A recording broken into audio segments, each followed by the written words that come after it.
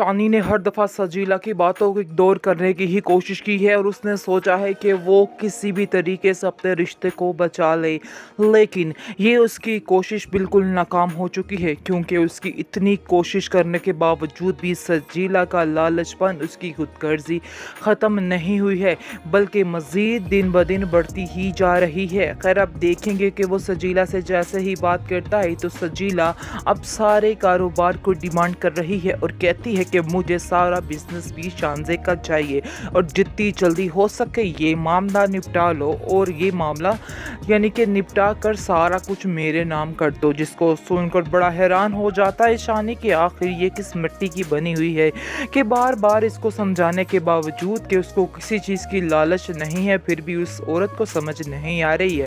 खैर, वो काफ़ी परेशान है उसकी इन हरकतों की वजह से और उसको पहले तो काफ़ी दफ़ा समझाने की कोशिश करता है कि ये सारी फजूल बातें अपने दिमाग में क्यों लाती हो, आखिर क्या करना चाह रही हो, तुम्हारा क्या मकसद है।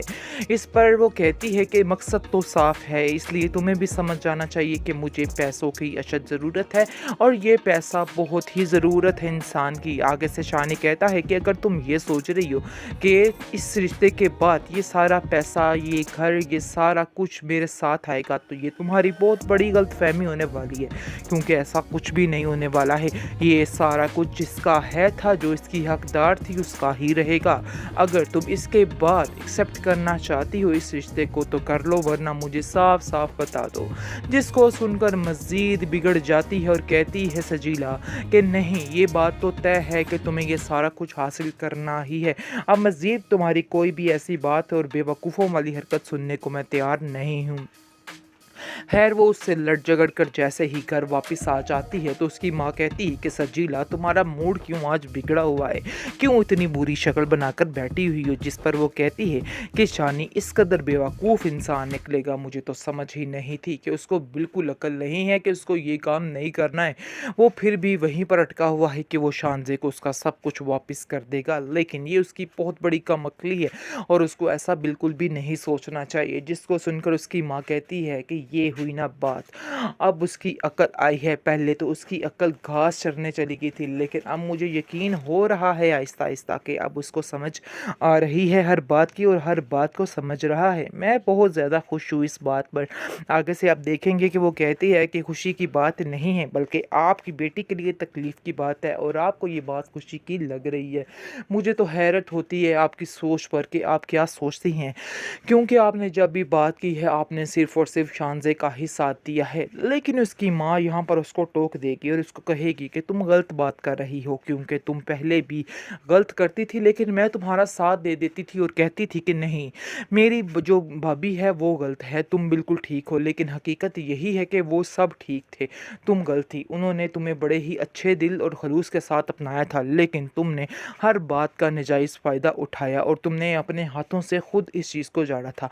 ये सारी बातें मैंने आप दोनों की सुन ली थी। शानी ने सारी बातें की थी तुम्हारे साथ, तो इसलिए मुझे इन बातों का पता चल चुका था और इसलिए इन बातों को छुपाने का कोई फ़ायदा नहीं है। और अब मुझे समझ आ चुकी है कि जो गड़बड़ कर रही हो तुम ही कर रही हो, इसके अलावा और कोई भी गड़बड़ नहीं कर रहा है। आगे से सजीला कहती है कि ज़रूर ये बातें आपको शानी ने ही बताई हैं जिसकी वजह से आपका दिमाग ख़राब होता जा रहा है।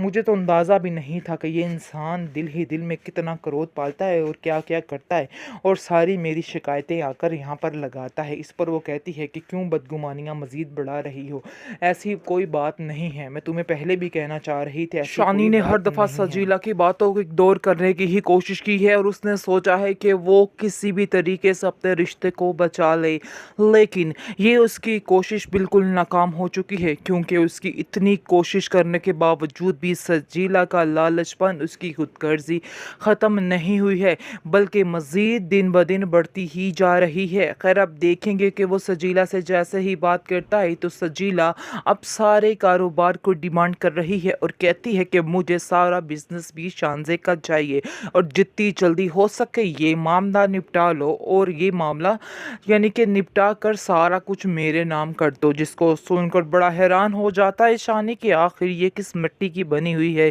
कि बार बार इसको समझाने के बावजूद कि उसको किसी चीज़ की लालच नहीं है फिर भी उस औरत को समझ नहीं आ रही है। खैर वो काफ़ी परेशान है उसकी इन हरकतों की वजह से और उसको पहले तो काफ़ी दफ़ा समझाने की कोशिश करता है कि ये सारी फ़ज़ूल बातें अपने दिमाग में क्यों लाती हो? आखिर क्या करना चाह रही हो? तुम्हारा क्या मकसद है?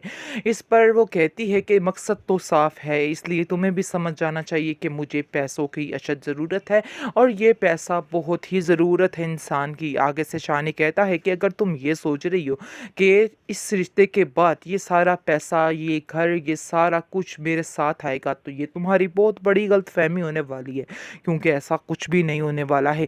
ये सारा कुछ जिसका है था, जो इसकी हकदार थी, उसका ही रहेगा। अगर तुम इसके बाद एक्सेप्ट करना चाहती हो इस रिश्ते को तो कर लो, वरना मुझे साफ-साफ बता दो। जिसको सुनकर मज़ीद बिगड़ जाती है और कहती है सजीला कि नहीं, ये बात तो तय है कि तुम्हें ये सारा कुछ हासिल करना ही है।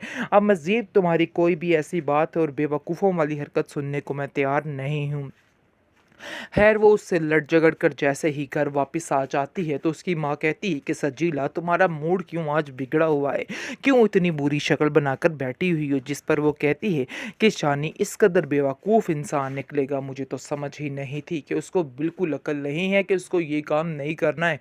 वो फिर भी वहीं पर अटका हुआ है कि वो शानज़े को उसका सब कुछ वापस कर देगा, लेकिन ये उसकी बहुत बड़ी कमअक्ली है और उसको ऐसा बिल्कुल भी नहीं सोचना चाहिए। जिसको सुनकर उसकी माँ कहती है कि ये हुई ना बात, अब उसकी अकल आई है। पहले तो उसकी अकल घास चरने चली गई थी, लेकिन अब मुझे यकीन हो रहा है आहिस्ता आहिस्ता कि अब उसको समझ आ रही है हर बात की और हर बात को समझ रहा है। मैं बहुत ज़्यादा खुश हूँ इस बात पर। आगे से आप देखेंगे कि वो कहती है कि खुशी की बात नहीं है, बल्कि आपकी बेटी के लिए तकलीफ़ की बात है और आपको ये बात खुशी की लग रही है। मुझे तो हैरत होती है आपकी सोच पर कि आप क्या सोचती हैं, क्योंकि आपने जब भी बात की है आपने सिर्फ़ और सिर्फ़ शानज़े का ही साथ दिया है। लेकिन उसकी माँ यहाँ पर उसको टोक देगी और उसको कहेगी कि तुम गलत बात कर रही हो, क्योंकि तुम पहले भी गलत करती थी, लेकिन मैं तुम्हारा साथ दे देती थी और कहती थी कि नहीं, मेरी जो भाभी है वो गलत है, तुम बिल्कुल ठीक हो। लेकिन हकीकत यही है कि वो सब ठीक थे, तुम गलत थी। उन्होंने तुम्हें बड़े ही अच्छे दिल और खलूस के साथ अपनाया था, लेकिन तुमने हर बात का नाजायज़ फ़ायदा उठाया और तुमने अपने हाथों से खुद इस चीज़ को जाड़ा था। ये सारी बातें मैंने आप दोनों की सुन ली थी। शानी ने सारी बातें की थी तुम्हारे साथ, तो इसलिए मुझे इन बातों का पता चल चुका था और इसलिए इन बातों को छुपाने का कोई फ़ायदा नहीं है। और अब मुझे समझ आ चुकी है कि जो गड़बड़ कर रही हो तुम ही कर रही हो, इसके अलावा और कोई भी गड़बड़ नहीं कर रहा है। आगे से सजीला कहती है कि ज़रूर ये बातें आपको शानी ने ही बताई हैं, जिसकी वजह से आपका दिमाग ख़राब होता जा रहा है। मुझे तो अंदाज़ा भी नहीं था कि ये इंसान दिल ही दिल में कितना क्रोध पालता है और क्या-क्या करता है और सारी मेरी शिकायतें आकर यहाँ पर लगाता है। इस पर वो कहती है कि क्यों बदगुमानियाँ मज़ीद बढ़ा रही हो? ऐसी कोई बात नहीं है। मैं तुम्हें पहले भी कहना चाह रही थी, ऐसी कोई बात नहीं है।